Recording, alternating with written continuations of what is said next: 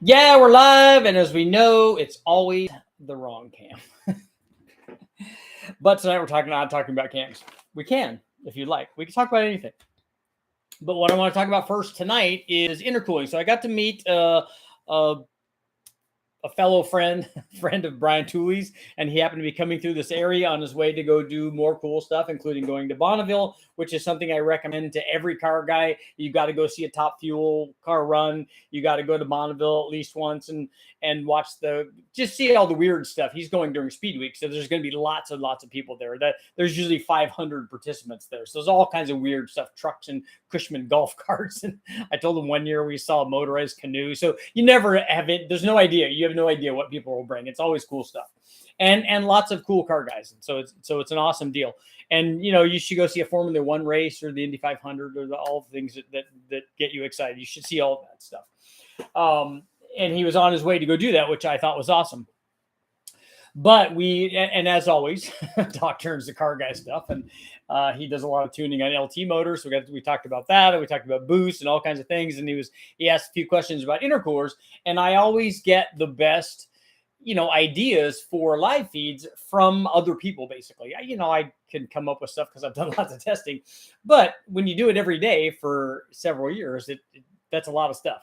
And so it's good to come up with ideas that other people have, because you know what kind of questions they have and stuff. So the questions for tonight is about intercooling efficiency. So we're going to talk about why we have this symbiotic relationship between temperature drop and pressure drop, and how they're related, and why more of one is more of one better than more of the other, and all that. Because he was telling a story about a particular intercooler, and he said, does this seem like a lot to you? And we discussed what we were talking about, and I told them, yeah, that's probably way too much. But it's a good topic for tonight. And the photo that I have up is of the Sprint Turbo. So I'll be able to show you guys that. Let's see here. I can bring that up on screen and kind of show you guys what's going on there. Okay, so this is the Chevy Sprint turbo motor. Normally, this thing has an air-to-air intercooler right here. It has a little scoop that has an opening in the hood, and then air gets directed, you would think, seemingly, from the high-pressure area in front of the radiator to the lower pressure area behind the radiator. Quite honestly, I don't think I think having an intercooler, but we replaced that anyway. It was an air-to-air core in the engine compartment. So you know how I feel about that. Not a good idea. So what I did is, and when I say I had the guys from Kenny Bell who had a core that they used for other things. They said, yeah, we can weld you up a thing. I said, here's what I want it to look like, and it does this and it does this. And they did it, and we put the tile blow-off valve on there, which was an upgrade. The factory one had a plastic one. This one has an AccuFab regulator on it, and probably the most used manual boost controller ever in the history of the world, because I've been using that, I don't know, since the 90s. And I've used it on literally thousands of dyno tests because it's the go-to thing. It's just sitting around, so we use it all the time. I need to replace it by a Turbo Smart one, because this Turbo XS company, I think that they're still in business, but it's been around a long time. But it's done a lot of testing for a manual controller. But the point is that we've upgraded the intercooler on this, and in this case on the Sprint, it picked up a lot of power. And by a lot is a relative thing, because even under boost, this motor makes 60 or 65 horsepower at the tire. So it's not what you'd call really stellar. So we have to get a lot of extra power, to extra boost and everything to make power. But that intercooler worked very well. It had less pressure drop than the stock one did. It had way more cooling, and it had way better response rate than the air-to-air did. That air-to-air needed to be up in front of the radiator, and it actually needed to be bigger. It needed to be a real air-to-air intercooler, even though we're talking about very, very little power. I even went so far on that one to make a little shield so that it didn't get hot air from the radiator, so it only got cold air going across. But I didn't take pressure differential readings like on this side And by pressure differential readings, I don't mean how much pressure drop was across the core. We took a look at that, but I didn't see how the air was flowing. I wanted to see, do we actually have pressure build up in front of the radiator when we're going 50, 60 miles an hour, 70 miles an hour, whatever on the freeway? And is air actually, like colder air, ambient air, flowing through the core and into the engine compartment? That'd be ideal. I would think that the OEs at that level have done that and mapped the airflow, so it should work. Or they didn't. I don't know. But the question is, here is our discussion on intercoolers for tonight. So and I'll go ahead and put a poll up. Start a poll.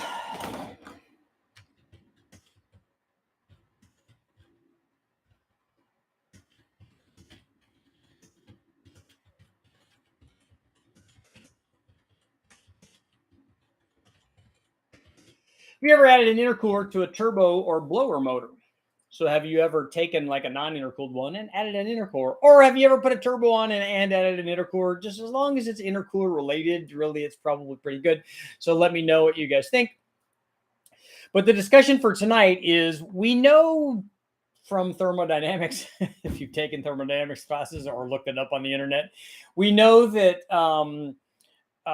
we see when we compress air, we heat it. So when we have boost, coming out of a turbo or supercharger, and we have boost present, the air gets hotter. So ideally, and because hot air is bad, it's both bad in terms of the number of oxygen molecules it has for a given volume, and also it's more prone to auto ignite, so it's more detonation prone.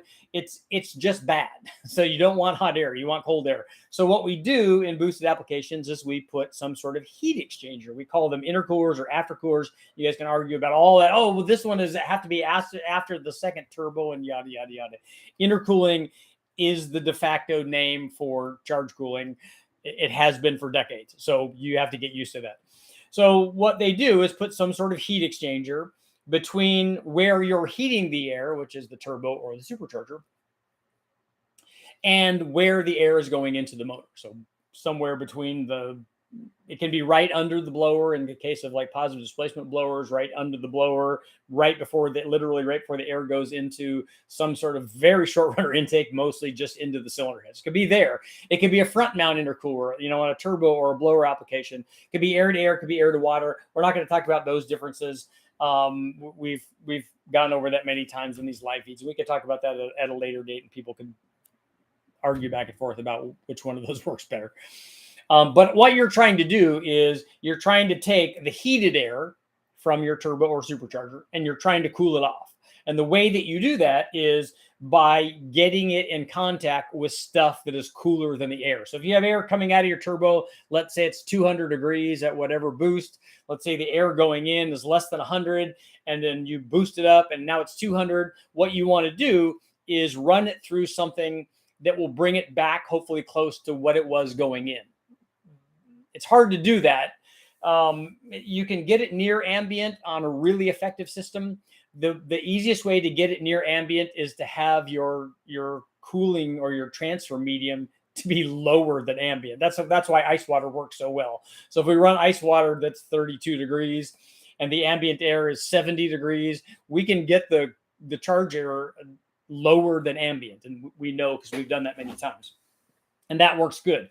But all you're trying to do is, like, if we have 200 degree air coming out and you're cooling it with, let's say, 100 degree water because it's got hot, or 100 degree air or whatever, even if it's ambient air, we're cooling it with something that's cooler than the air that's coming out.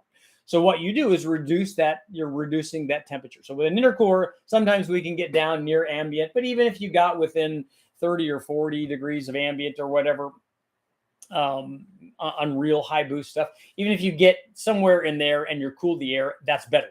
So the thing is, when we cool the air, we also change the pressure of that air. Because remember, when we pressurize it, we heat it. Well, when we cool it, we depressurize it. So we lose some boost in this process. So and the other way on intercooling that we can lose boost is if the intercooler itself is some kind of restriction.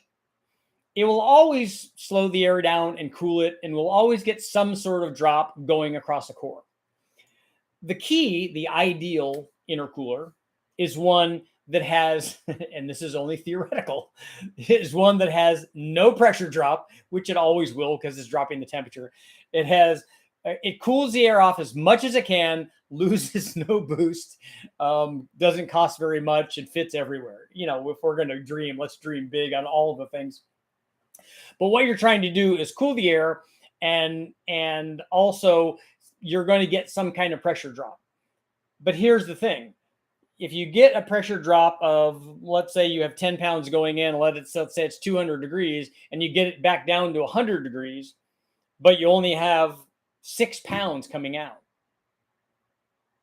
Is that good or is that not good? Did you supercool it and lower the temperature way down, and then that lowered the boost way down? And see, that's always the trade-off with intercooling. So you want it to cool. You want it to cool as much as it can. You don't want it, but while it's doing, which means that you have to have a really efficient design, good flow, lots of surface area to allow the hot air to be cooled as much as it can. But what you don't want to happen, you want you're going to get some sort of a small pressure drop just from the cooling. But what you don't want it to do is you don't want it to be a restriction. So if you can get the air coming out of the turbo and just go into the manifold with no restriction, that's good. Putting an intercooler in is going to be some kind of restriction. But if you can get the charge air lower, much, much lower, you're going to end up adding power. Even if you get some sort of pressure drop, let's say that you get one pound, half a pound, 1 pound, 1.5 pounds, whatever it is, you don't want it to be very much. And that's my point is even when we take, for a good example is when we take an intercooler, like I did on that Sprint, or like I've done on many other vehicles and videos for this channel, we take an air to water intercooler. We either run ambient dyno water through it, meaning it's going to be somewhere near whatever the air temperature is, let's say 85 degrees. And we run that through the intercooler, and we run our 200-degree air going through there. And then the 85-degree air will cool it off back down near 100 or something, let's say. So that works. And we've cooled the air off a lot. Let's say we super cool the air. Let's say we cool it off with ice water. Let's say we cool it off to lower than ambient. How much are we going to drop the boost? Still not very much. I mean, you're talking about maybe having, if the intercooler is size, so oversized like it was for the Sprint and like the one that I normally use for most LS things that would be sub 1,000 horsepower, the intercooler is more than big enough to do what we're doing. It has good cooling. It has pretty minimal pressure drop. So you'll never get a huge amount of pressure drop just from the temperature drop. Even if we were to go subatomic, even if we were to get the temperature to drop a lot, you're not going to see a big drop in boost just from that. So if you're seeing a big drop in boost across your core, and you have to measure it coming out of the turbo on the hot side going into the intercooler, and then measure it on the cold side, really for me, the critical measurement is what is your temperature, and then what is your boost measurement in the intake manifold, because that's what I want to see. That's what I care about. That's what the engine's going to see. Not even right after the intercooler. Maybe you have a big length of tubing with a bunch of bends and stuff, and you'll get a little bit of loss there. But if the tubing is sized right relative to the flow, it's not going to be a ton. I know people tell you that you lose a half a pound of boost for every 90-degree turn or whatever, and that's not accurate. So my point is that even if you have a big drop in temperature, that's good. If you have a big drop in pressure, that's probably not good. So we want lots of low temperature, but we don't want to reduce the boost dramatically. So if you take a look at the channel, I did an intercooler upgrade. So we went for let's say a 2.5-inch in and out to a 3-inch in and out, or a 3-inch in and out to a 3.5-inch in and out. I don't remember which one it was. It was a Pro Charger deal. And we were doing a D1SE, and we were up near the flow limit of that D1SE. So we were trying to get to 1,000 horsepower. And so we took off the standard intercooler that comes with the kit, and we went with their upgrade kit. And part of that also was bigger tubing. And we did that primarily just to see, because it's easier to hook up. I mean, if the ends are that size, the discharge comes out, it hooks to that, and then that goes over the throttle body. It's actually easier to hook up a bigger intercooler to a 102 millimeter throttle body anyway, because that thing is gigantic. So when we did that, we dropped pressure between the blower and the manifold, and then increased pressure in the manifold. And the reason that we did that is because we got rid of a big restriction in the middle. Also, we had as much or more cooling than we did from the smaller core. So everything was better about it. And so sizing the core for not only your desired temperature drop, but also for your flow rate. You don't really need to put 1,000 horsepower flow and cooling core on the sprint motor because it can't even generate enough airflow to really fill that thing. So what you want to look at is, hey, how much pressure drop do I have? How much temperature drop do I have? And then also, and this is usually the primary one, and the other two things happen to be secondary and tertiary. One is fitment. Like, what can I fit in here? Can I fit, if I can only fit an air-to-air intercooler that's this big and not this big, you can't even see that because it's outside of the screen, but can I fit a gigantic one? And then there are other considerations too, like especially on an air-to-air, if you're putting that in front of your radiator, how's that going to affect your radiator cooling? Is it all the air going to go through your intercooler and then through the radiator, and then it's picking up hot air under boost and then going to the radiator? Is that going to cause cooling problems? All of these things are considerations, and these are all things that OEM guys have to think about. They probably have the math to figure it out. But they have to figure all that out. I have to create one big giant rolling heat exchanger, like for instance, at a big truck. It's got to have a turbo, an intercooler, and a transcooler, and a power steering cooler, and all of these kinds of coolers. So it's just shedding off BTUs as it drives, hopefully. So that's how intercoolers work. You want maximum temperature drop, minimum pressure drop, ideally. But the problem is those two things are interrelated. The air has to be in contact with the intercooler long enough to shed the heat. You're going to lose a little bit. There's something there. And so if you get a high flow core that flows lots of air, that's good. But is it taking away the temperature as it flows through there? Because it just goes through. If you just have a tube, it'll flow right through. You won't have any restriction, but you also won't have any cooling. And so that's why those two things are at odds and need to be adjusted. They basically need to be balanced in your system. So again, take a look at that. And it's very important. Size your core for minimal pressure drop, maximum temperature drop, and maximum flow if you can balance all of that equation. Let's see what you guys got going on. What's going on? Yeah, what's going on? I'm scrolling back now. Channel's the best thing that ever happened to LSs. Well, and actually, hopefully other motors too, because they don't just do LSs, as shown by the Chevy Sprint Turbo, the best car ever made. The longer and larger the pumping used to make the more pressure drop and response will be. What do you think of your moist sump idea? Oh, your semi dry, yeah. Your what is that? Arid, maybe? Damp. I want to get to see the backdoor challenge at King of the Hammers. Oh yeah, I've never been to King of the Hammers. That would be another good one to go see. I got to talk to Chad today. Talked to my buddy Jimmy today.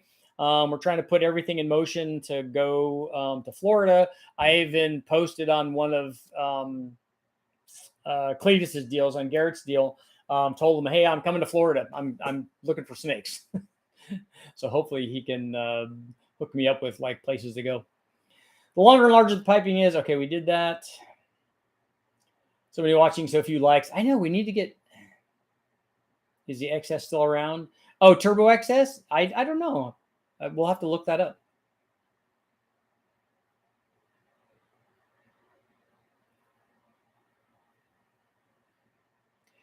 Richard had a shop tuner tell me that a fast LSX HR, could make more power everywhere versus a fast LSX RT. That's not accurate. He hasn't obviously tested them. I didn't see any pressure drop when I went to an air to water intercooler. I did notice a little more boost when I removed the air filter from my F2. Yeah, no, you on any sort of supercharger, you don't want any sort of inlet restriction. I mean, having a having a filter is a good idea and it's a necessary evil. But again, you can size your filter so that you don't have restriction going in. Picked up a half a PSI. The other thing that we do, and I'm going to try to do a video on it because the guys at Brian Tooley also did it, is if you put a radiused entry, like a big volute, big air horn, basically on the inlet to your ProCharger or Vortec or Paxton, you can improve the airflow dramatically, just like you do into a throttle body or anything, and you can pick up more boost. Block any air gaps around the cooler and radiator with some kind of foam. Put a garden edging skirt along your lower radiator support, also blocking as much of the front tires, less turbulent air. Ivan, you have the same exact boost cooler. It's Old Faithful. It does keep going. How would you test airflow through the core? You could actually flow test an intercooler core on a flow bench, and it would give you an idea of what's going on.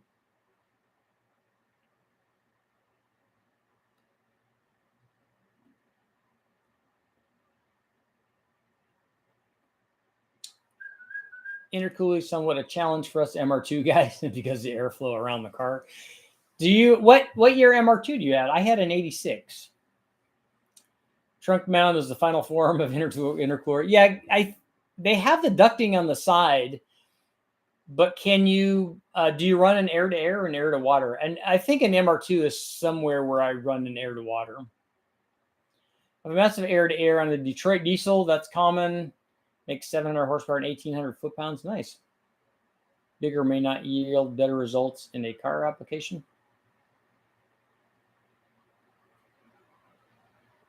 The Detroit diesel at 700 horsepower and 1,800 foot-pounds is probably making a lot of pressure too, I would imagine. So they're trying to take some of that temperature out. And on diesel applications, they're also controlling exhaust gas temperature. Add an intercooler to my 95 7.3 liter. Good. Did that not come with an intercooler?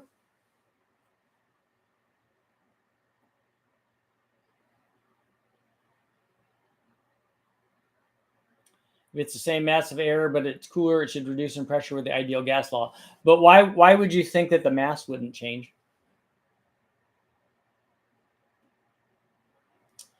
Do you use a kit or make your own system? I want to add intercooler to my OBS. Oh, Power Stroke. Did those not come intercooled? I thought that we used to use the Ford Power Stroke. Maybe they were the later ones. The Power Stroke, the plastic intercoolers we used to use. The PD blower, yes. With a turbo, it just allows more airflow upstream to replace the air downstream.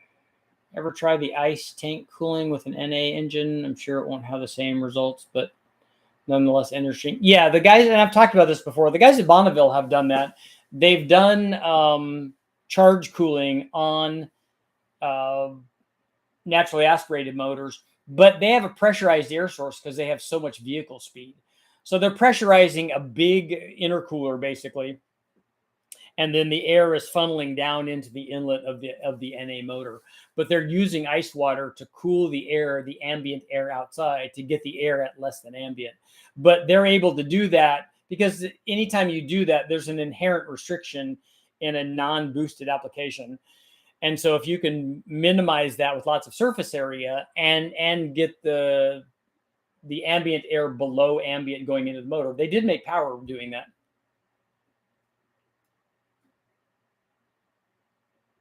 I put a larger intercooler on a T-Bird Super Coupe. It did help. And the T-Bird Turbo Coupes were the upgrade that the SVO Mustang guys used to run, because that T-Bird intercooler was bigger than the Mustang was.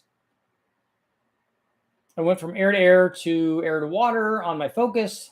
Lost about a pound, but temps drop allowed higher timing that made up for the pressure drop.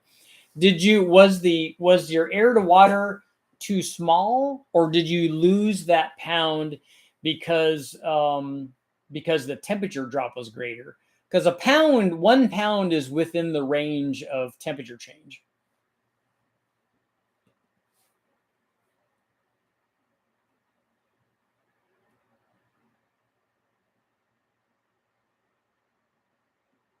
Richard, on a positive displacement blower, cooling the air after the blower reduces back pressure and boost. Why are you going to have back pressure and boost? Why are you going to? Are you talking about on a diesel application or something? Where's the back pressure going to be on a positive displacement blower? Why did you decide to go with the BOV on the outside of the intercooler instead of the inlet of the Sprint? I like the idea of recirculating intercooled air back into the turbo.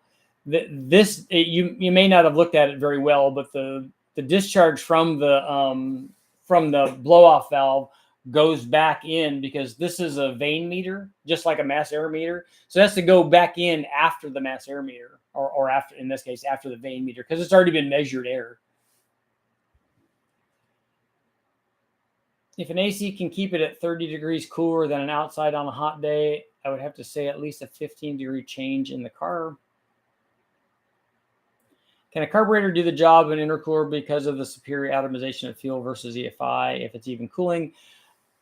Any sort of blow-through application, whether it's a carburetor or if you have your fuel high enough up in the manifold, because we've done that with EFI stuff where we raise the injector position to give it more time for cooling, and it does have a cooling effect. It has a cooling effect NA, and it has a cooling effect under boost. And actually, you'll get a bigger change under boost because the air going in is hotter, so it has more to change. And a blow-through application like that does offer charge cooling, but it doesn't. A lot of guys will tell you that they don't run intercoolers with them, but I think they should. It will make more power even on a blow-through application with an intercooler than it will without an intercooler. I was thinking about a box with dry ice in it as an intercooler, so this makes me think it might be feasible. So I say to someone that's never put an intercooler on any boosted application, dry ice, you don't want anything flowing through a box with dry ice in it because the outgassing of the dry ice is not good. And also dry ice, if you're putting water in there, dry ice and water doesn't work very well to cool the water because it has an air pocket around it. You would be much better off with just ice water.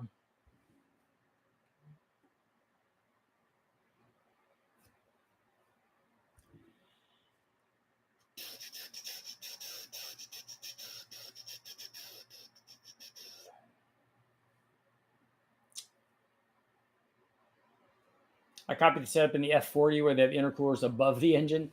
Yeah, that looks really cool. Like the Callaway Corvettes were like that too.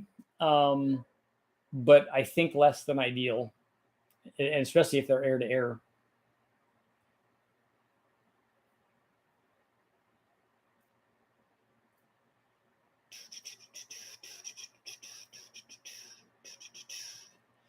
So let's see. I'm scrolling back. Where you buy the shirts? These shirts aren't available. They are limited. Actually, my wife just made them for me, but I do need to get shirts out there. I need to get some merch. Okay, I'm scrolling back. I think I got back to where I was.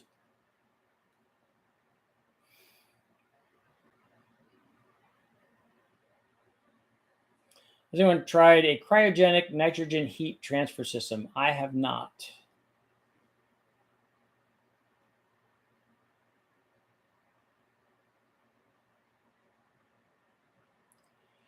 How about draw through charge cooling? Yes, if you draw the fuel into the turbo, or if you draw the fuel into like a 671 Roots blower with the carburetors on top of there, all of that cools the air. On a draw through on the VW, the distance between the carb and the intake valve is 24 to 36 inches. Is that what you're saying?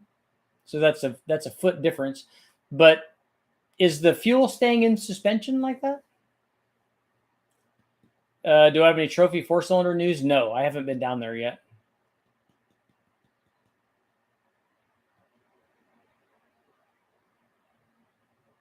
Intercooler, that cools really well, fits anywhere, no pressure drop, sounds like nitrous. Yeah, nitrous doesn't work very well as an intercooler, but it works very well as a power adder, though. Got pit my 88 SVO 2.3 and a 30 knots with a 4-speed. Finally runs. Need to finish the small stuff. Oh, good. High flow intercooler core with nitrous spray to get it cooler. That works okay. I did that test. I have that video up. It's not great. It doesn't, that with an air to air still doesn't cool what an air to water does.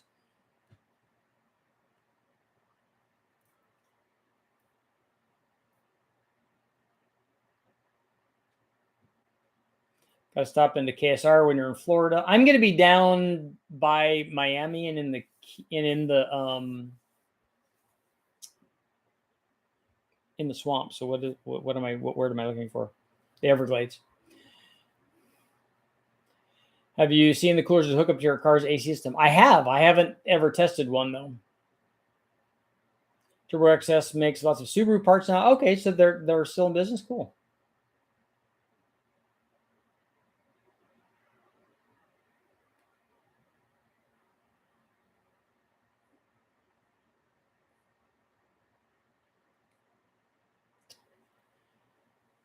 I have a 6-inch by 4-inch horn with a 6-inch K&N filter for my turbo truck. Boost response went up, but max boost didn't rise too much. That seems, well, is the maximum boost still, is that on a supercharger? Did you have the supercharger? Because if you have a turbo, the turbo is still going to be controlled by the boost controller.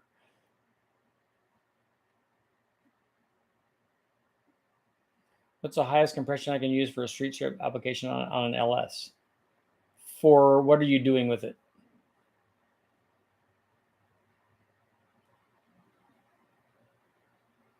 Only the boxy MR2s. I like those better than I like the later ones. I like the early one like I had more than I like the later ones. I'd like to have the later motor, although I really like the 1.6. It was pretty revvy.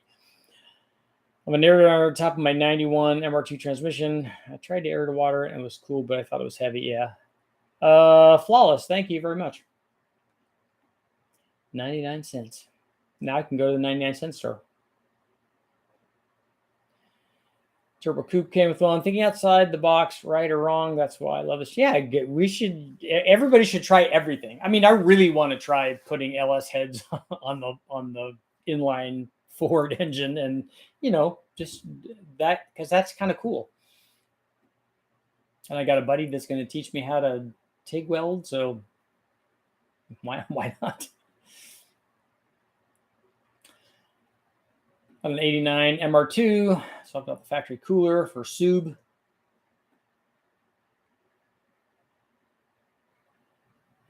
.14-liter Detroit is a Series 60, not a 2-stroke. KR Richard is so polite. Air to water is an ideal for a street application. I know we've gone over the air to water versus air to air stuff, and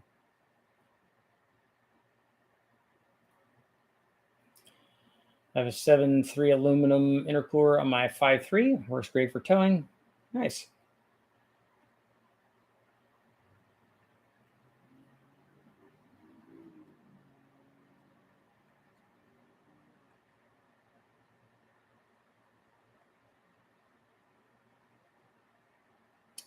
Let's see. I'm scrolling back.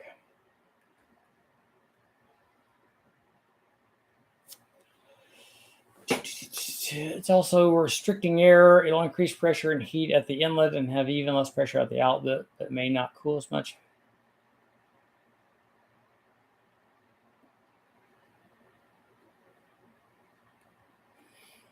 I remember I had a Honda Accord that we called the Silver Bullet because it was spray painted that bright chrome spray can stuff. The car was in a flood in Huntington Beach, of all places, so it was filled up most of the car, so it was moldy. It had still running, but it had no fifth gear, and you had to skip shift third gear, so you had to do first, second, fourth. It smoked a little, but it was still running. And my roommate gave it to me if I would go get tacos from Jack in the Box. I didn't even have to buy him. He was going to buy him, but if I drove, he gave me that car. And eventually I traded that car because we're talking about intercoolers, for an air-to-air intercooler from a Turbo Supra. And end up using that core on just sticking up in the air on Civic on a B16 Del Sol turbo testing that I did back with the guys at Powertrain, and shout out to Steve. Awesome.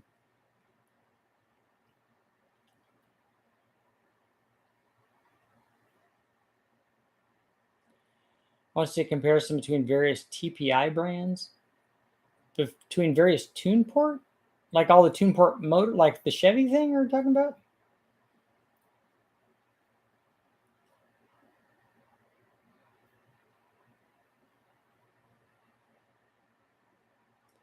Has anyone heard of Cool Ox? I've had great results using it in my AC. Might work on other chiller applications. I've not heard of it. I'll have to look it up.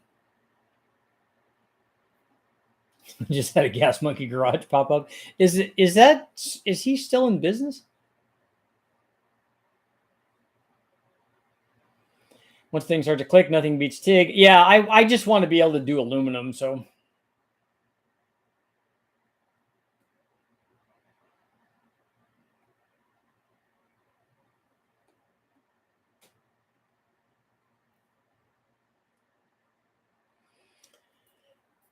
you want to slap together two 2650s? Is that what's that for? I've seen two of the Whipple blowers on big blocks before. Back in the day, they had marine kits like that. Silver Bullet Taco Tuesday. That's right.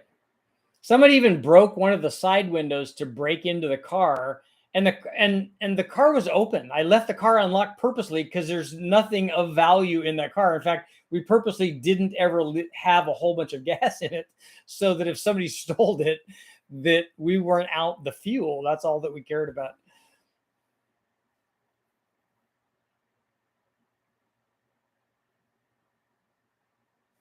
A fond memories of the old MR2 forums. There was a guy in England, someone that was trying to create a first V8 MR2 using a Cadillac. Oh, that's cool.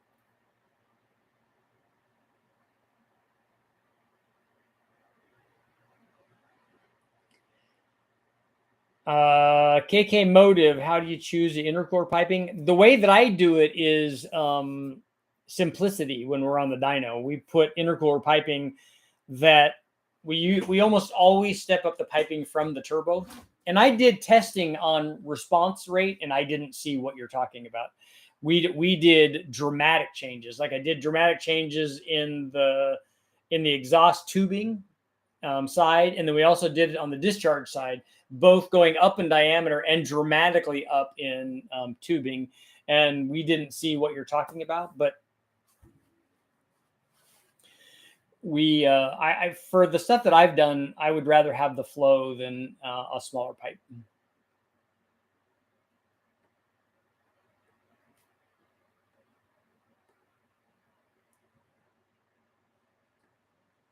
$8V in the t-shirt business.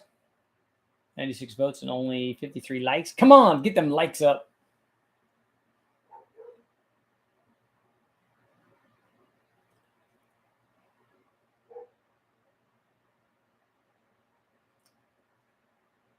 A scooter painted with the spray chrome. Yeah, this was it dulled not too long after it was painted, but when it was first painted in the sunlight, you could hardly even look at the thing. It looked like a chrome car. It's ridiculous.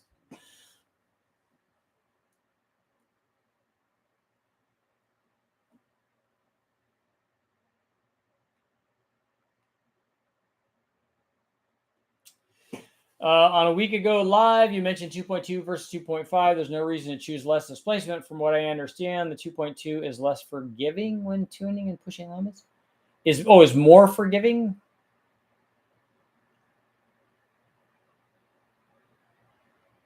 I don't know why that would be the case. I mean, it does make it's going to make less torque, and so that would could create what you're talking about, I guess.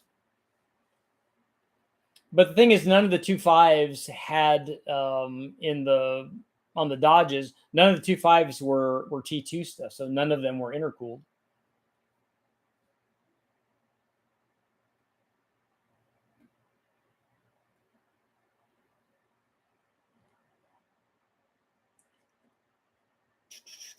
Wide welds, ball the tungsten, and keep it all clean. Preheat the aluminum a little. It helps.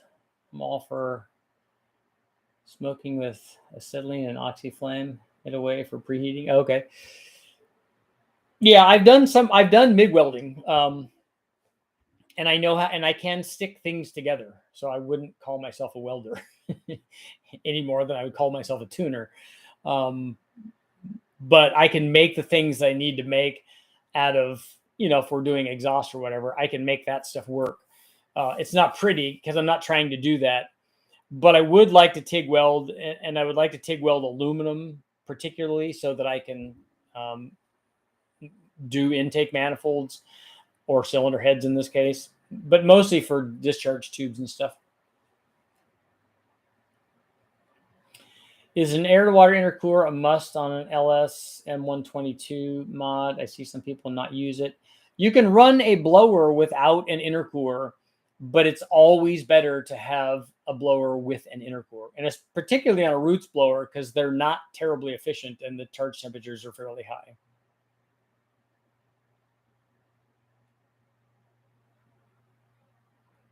Oh, Julie, so you want to see the 4-hole throttle body things?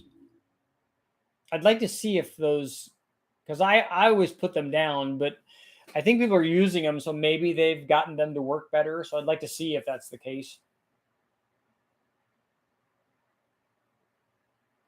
I'd like to see more twin charging. I have twin charging up on the channel, so you can see what it does. Quite honestly, the supercharger is just in the way of a good turbo setup, but it is cool. And you can theoretically, by supercharging your NA motor, you have more motor, so you could spool an even bigger turbo. But we didn't ever go to the trouble of doing any sort of bypass or getting rid of or declutching the drive for the blower.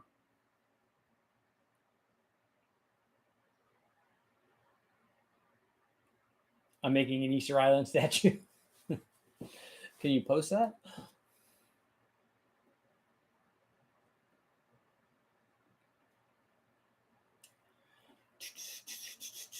Come on with it. I get that. I get that reference. If you're running out of head flow before rev limit, the extra 0.3 doesn't matter. It does matter. It actually does, because it matters everywhere before that. So that's what bigger motors do. So even if you had a 4.8 and a 5.3 where the 4.8 made the same power as a 5.3, it's going to make less everywhere before that. So that's why big motors are good, because they make a lot more average power.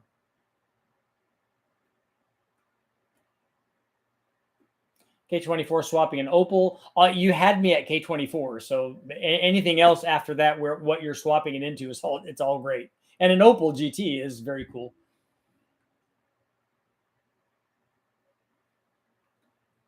On a healthy 408 that runs inch and 7/8 headers NA, should I stick with that size when I do the turbo setup? You can. It's not gonna really make much difference. If you want to make 1,000 horsepower from a 408, you can use factory exhaust manifolds on that.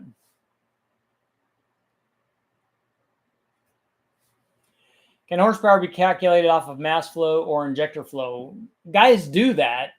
It's not the same as an actual power output reading. It gives you an idea, because you don't know what your brake specific air consumption is, or you don't know what your brake specific fuel consumption is at wide open throttle. What you could do is, if you had the data, like if we had mass flow readings, like a lot of times we'll run air turbines on them, so we have airflow. If we have the power output from the dyno, and then we also have fuel flow data and or airflow data, then we could see how they correlate. And then we could even see how they correlate when we don't run enough timing, when we could look at all that. But if we have all of the data, is better. Lucky said he was going to do remote turbos on the butternut Chevy wagon to know the length of the pipe to do know the length of the pipe to do any cooler needed. I don't understand your question. Remote turbos are fine. I've shown that they and everybody out there that's used them has shown that they work fine. I don't like having all the pipes running back and forth underneath the car, so that's why I wouldn't do it unless I had to. But they do work and they do make power. But even on a remote turbo, I would run an intercooler. I wouldn't rely just on the length of the pipe to be charge cooling, because it doesn't do that.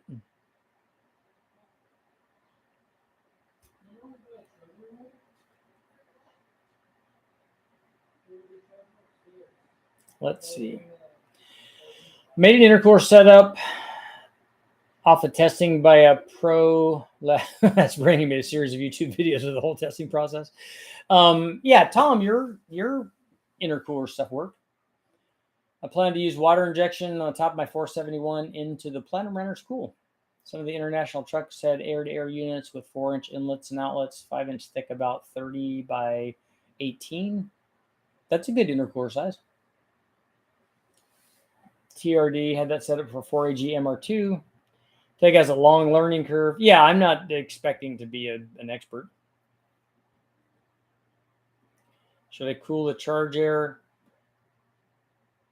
Are you running on your 471? Are you running? Is it EFI or are you running carburetors on top of it? If you're not, you have to run something through the 471. It has to have some sort of lubricant, basically, which is why water injection's not going to be good going through there if you're using that by itself. It has to have something, otherwise the blower is going to burn up.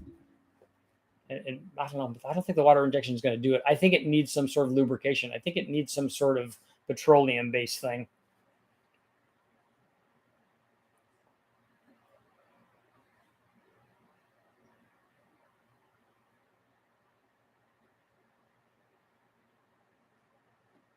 I want to see twin charging the wrong way, a big blower blowing into a small turbo. Yeah. Holly has a new 2-hole throttle body with 2 rectangle-shaped butterflies that flow 2,000 CFM. That's a lot.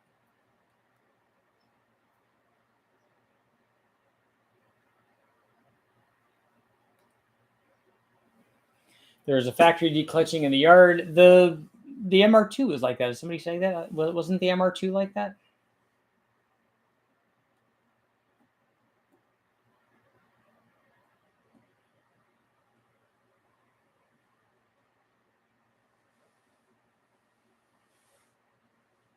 Where to get your popcorn, sit back and enjoy the show from? It came from the movie theater. Richard, any recommendation when choosing an air-fuel ratio gauge for a gas engine? I don't know. We've used AEM. I've used Innovate. We use that on the Bonneville car. It worked fine for us. I thought Fast had some dual gauges.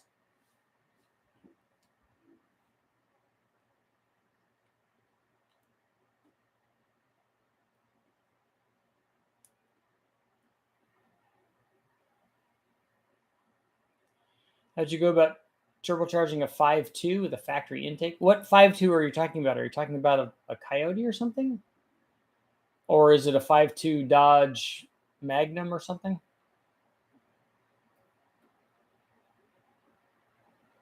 I'm going to get rid of the air-to-water intercooler and just run methanol. My manifold is set up for 2 sets of injectors, and my dominant ERC will make it work. The ice melted in my tank before I got to run. Really? We run a tank at Bonneville, and although ours is 10 gallons, so we don't ever. And when we run our ice water, we don't fill the thing up with water. We fill it up with ice. We fill the whole thing with ice, and then put a little bit of water in there, enough so that the pumps will circulate. And then we have spray bars across the top, so the hot water goes back across the top of the ice. And we have lots of ice left after we've made a full pass down Bonneville, which takes a minute and a half, most of it or a lot of it at wide open throttle. So an under boost, a lot longer than any kind of drag race deal. So that seems odd that that it would work that well. Remote's cool if you weld as many of the connections as possible. There are V-bands with copper rings to help sealing. I want to try. Trucks fill more air than gas engines. Diesel trucks have no restriction on air intake, only on fuel. I may cave and turbo the 351 on stock heads and intake. It will make power. It'll just multiply what little is there.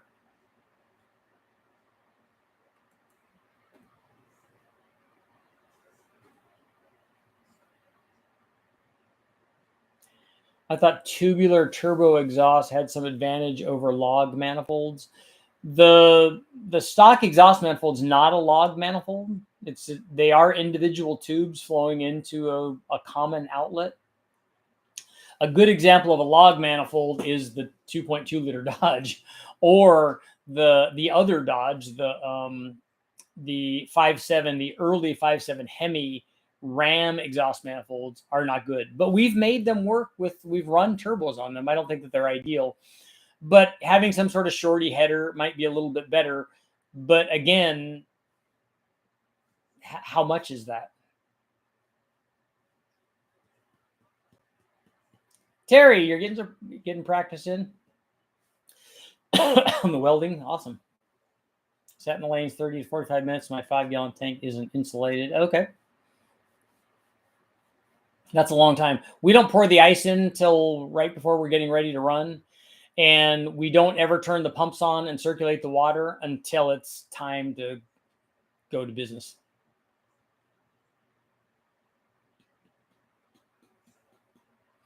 Modular Ford V8s also have logs. Some of those did, yeah. The Coyotes don't, though.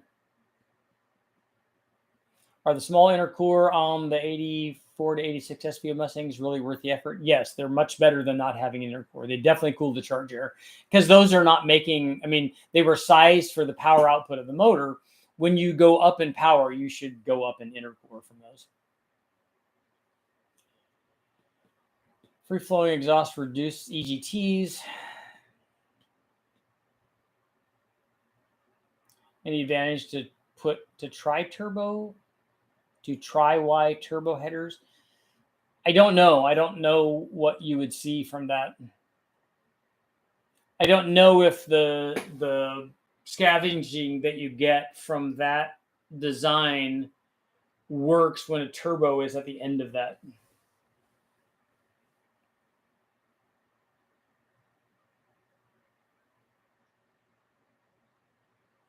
Randy, I don't understand your question.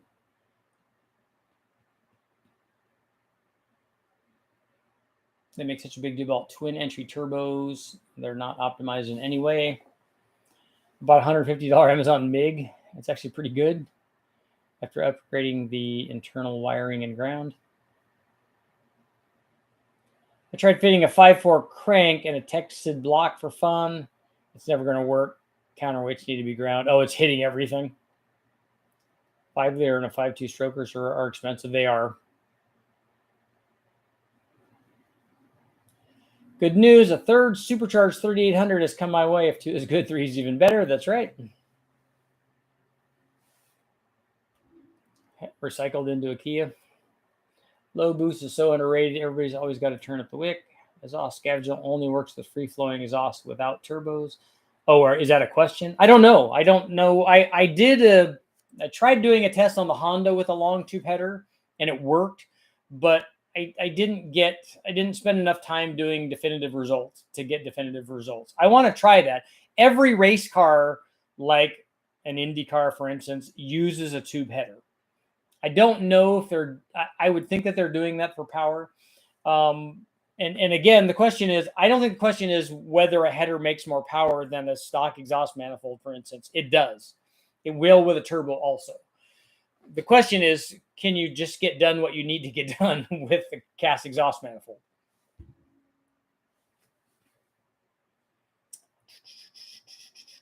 Getaway. Good to see you, Rich. Just got done riding around in my buddy's R32. Oh, nice. I like that. There's a guy, when we take the dogs for a walk, there's a guy around the corner that has a skyline. I only got a peek of it. I said, we were walking by and he was closing the door. I said, dude, is that a skyline? He said, yes. He said, you're the only one that's walking by that recognizes what that is. I said, I know. It's I said, they're very, very cool. And then we just kept walking. I didn't even talk to them about it because they were getting ready to go in.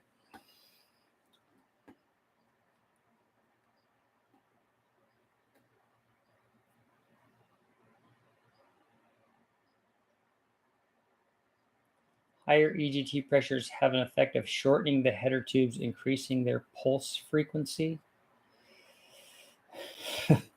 Okay.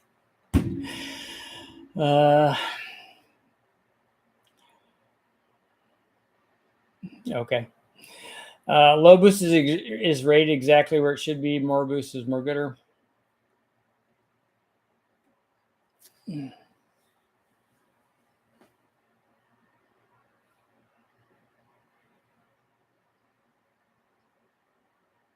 GTS T-Type M.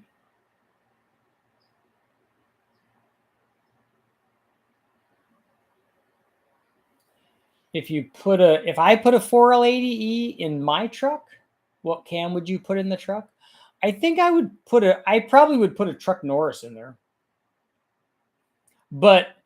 or a torque cam. But if I had a transmission, I probably would put boost in there. I probably would put some kind of little supercharger in there.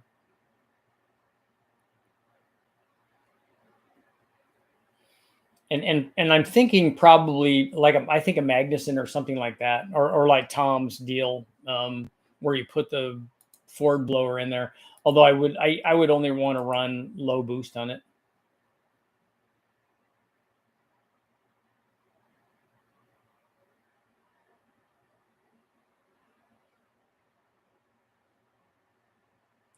I definitely want to turbo my C4. Yeah, I have C4 tune port turbo videos. They make diesel-like torque. I would pick a Truck Norris or a cam like that only because I wouldn't care about revving the motor to 7,000 or 8,000 RPM. It's big enough to where it could make lots of power, but it's small enough to not have to worry about revving it out and losing power down low. That truck with a 2500 stall or something like that, and a Truck Norris and a positive displacement blower, I think would be a lot of fun.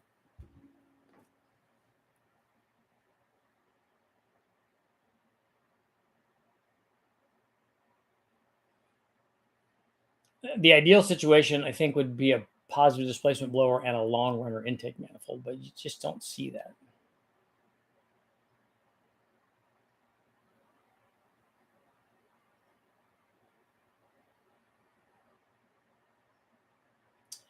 Could you do a test on a positive displacement blower and show us repeated PSI drops based off several different leak sizes? Yeah, I do want to do that. I'm trying to think if we did some stuff like that we did it on centrifugal blowers, I think. I'd have to try to go back and find the data though, but I don't remember how big we got. But I would like to do that. That would be good. I might be able to do that on the 3800 when we run that again. Without boost, you think you'd lose a lot of bottom end. Well, are you asking about the Truck Norris cam? With the Truck Norris cam, you wouldn't lose a bunch of bottom end.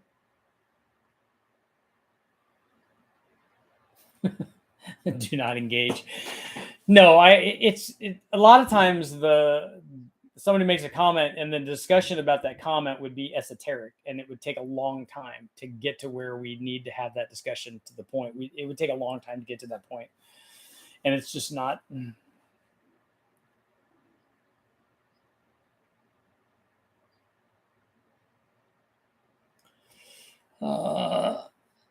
Randy, you need to not use the word thoughts in your discussion. I don't accept that word here. We don't use that because it's an open-ended discussion. And so I will answer any question that you have except one that has the word thoughts in it. So if you're new. Because I don't like people when they say, hey, I want to put a turbo on my truck. What are your thoughts? How are you supposed to answer that? It's like millions and millions and billions and billions of permutations. Just phrase the question differently.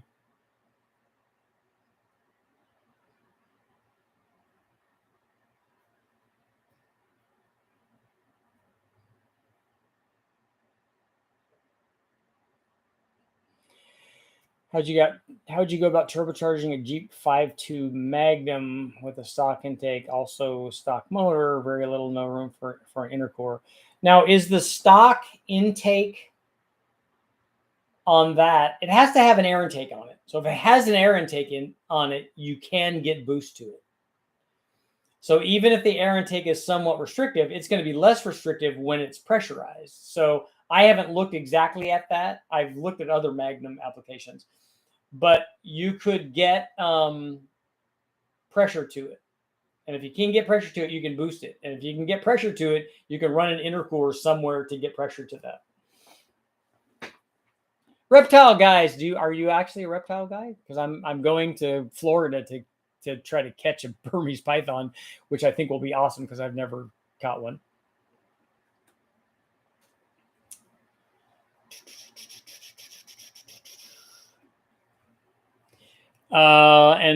If you have a question about not running an intercooler, I'm for running an intercooler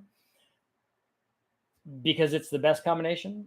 And then not running an intercooler is the worst combination. And then in between there, running an intercooler and running some other kind of cooling, whether it's a blow-through carburetor or whether it's adding water injection or water methanol, would be between those two things.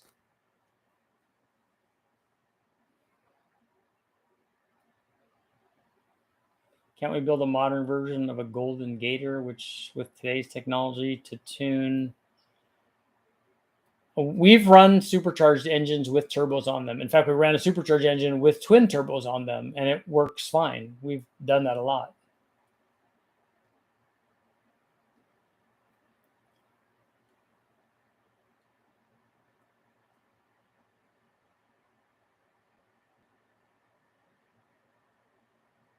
Ron, the recent engine masters where they ran 2050 and it beat 520 oil. Yeah, so you know, I 100% disagree with those results.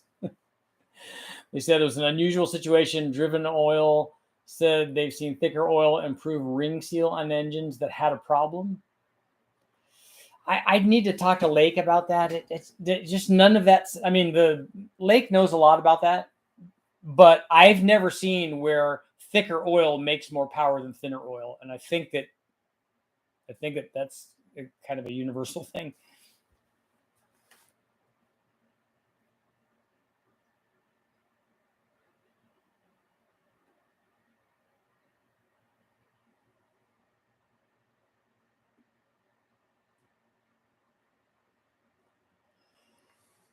Compressed air charging seems to work. It did work when they tested it. I've never done any testing on it, but I was there when they did the testing at West Tech. Do you have any tests coming up comparing different sizes of intercoolers? But I have a video up on the channel already that compares intercoolers.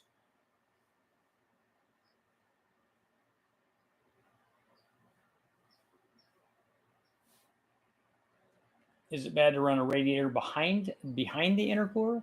No, it just, you have a finite amount of airflow, and then when you put something, whatever it is, in front of the radiator, you're going to have less flow to the radiator. And not only you're going to have less flow to the radiator, you're going to have less flow, and then the flow that you get is also going to be heated as it goes through the intercooler core. A lot of times it's not going to be, because the intercooler core is not superheated with hot charge air because you're not under boost all the time.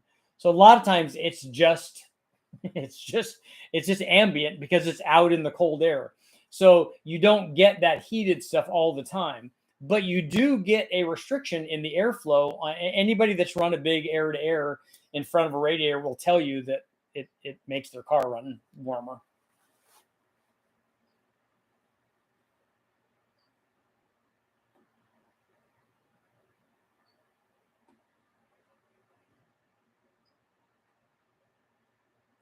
That sounded way darker than intended. I used to know exactly what direction I was going with my build until I found you on the net. And now I found myself thinking about fuel injection, blowers, turbos, coyotes. Yeah, that happens. I run into that problem too. You second guess yourself and third guess and fourth guess, and you should hear when Brian and I get on the phone, or Chad and I, or anybody, and it's Tangentville.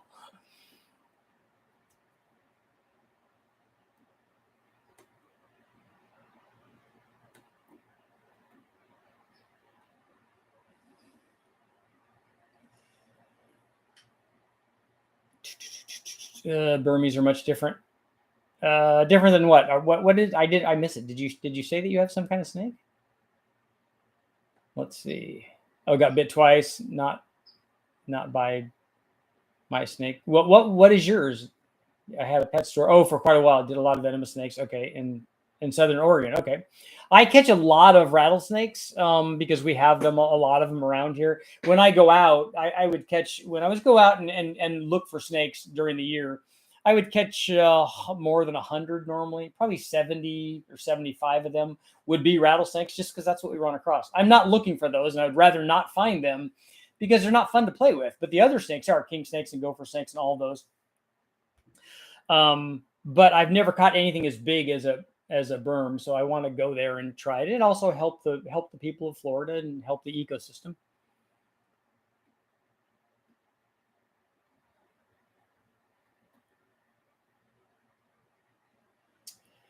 I've not seen the supercharger twin turbo. Yeah, we did it with the factory Eaton supercharger on a 4.6 Terminator motor on the 03, 04 Cobra stuff. With Jimmy and help from the guys at HP Performance back in the day, they put one of their twin turbo setups on with the supercharger, and it does what you'd expect.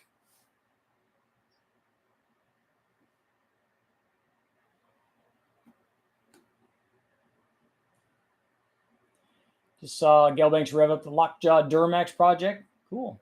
He does good work. He's a sharp guy.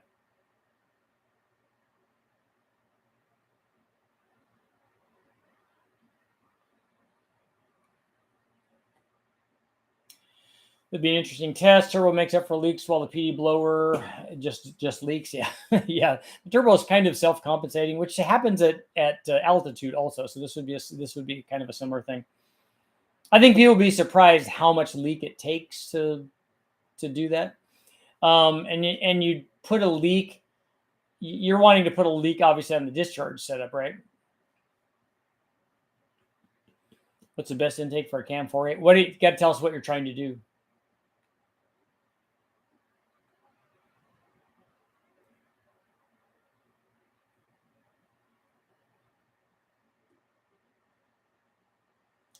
Charge temp out of my F2 is 260 degrees at 27 pounds. That's with 130 inlet temps. Why is ambient? Do you have ambient air going into that, or is it not ambient air going into it? Because that seems that inlet air seems high going into the supercharger. Because you'd want the supercharger air to be ambient, because then it would be lower coming out of that. 260 degrees at 27 pounds is not that hot, especially if that's the inlet air. A temp sensor before the meth injection, it dropped it by 100 degrees. Yeah, we've run lots of water meth tests, and knocking 100 degrees out is not unusual.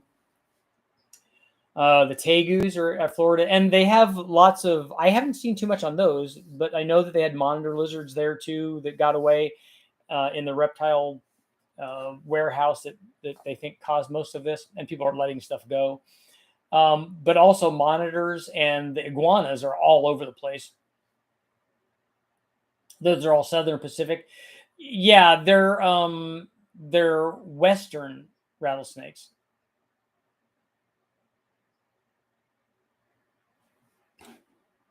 I think that's the same name though. I think it's a Northern Pacific.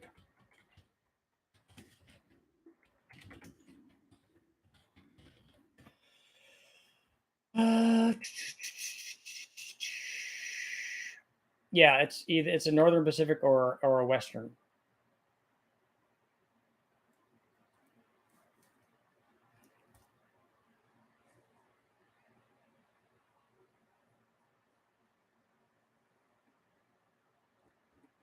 I haven't seen any, although I'm pretty sure they have them down in Southern California.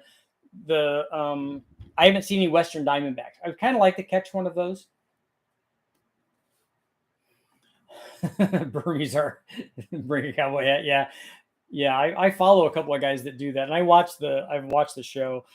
Snakes don't scare me, so it'll be fun to catch one.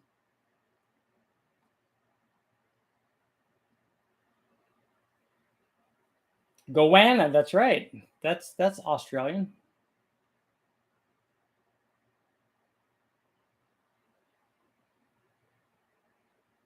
They have RUSs in Florida. That's what somebody was telling me. He said there's going to be all kinds of stuff there that you find, which would be cool. RUSs? I don't think they exist.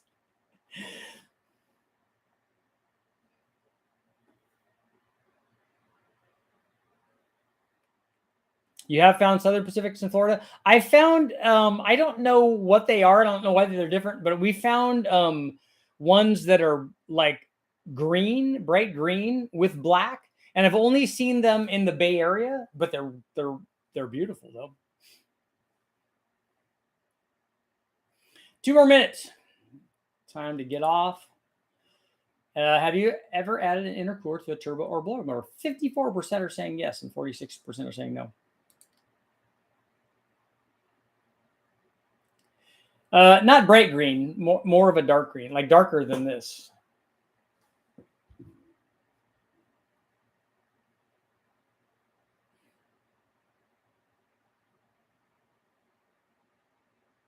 Yeah, I don't like breeding. I don't like going to reptile shows either. I don't like people. I don't like seeing all the reptiles in Tupperware. That's not for me. We go out and I catch them and then we play with them and photograph them and then we let them go.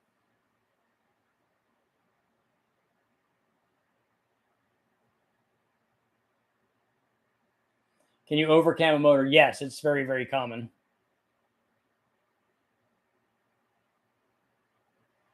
And on that note, it is time to go. We can talk more about snakes tomorrow.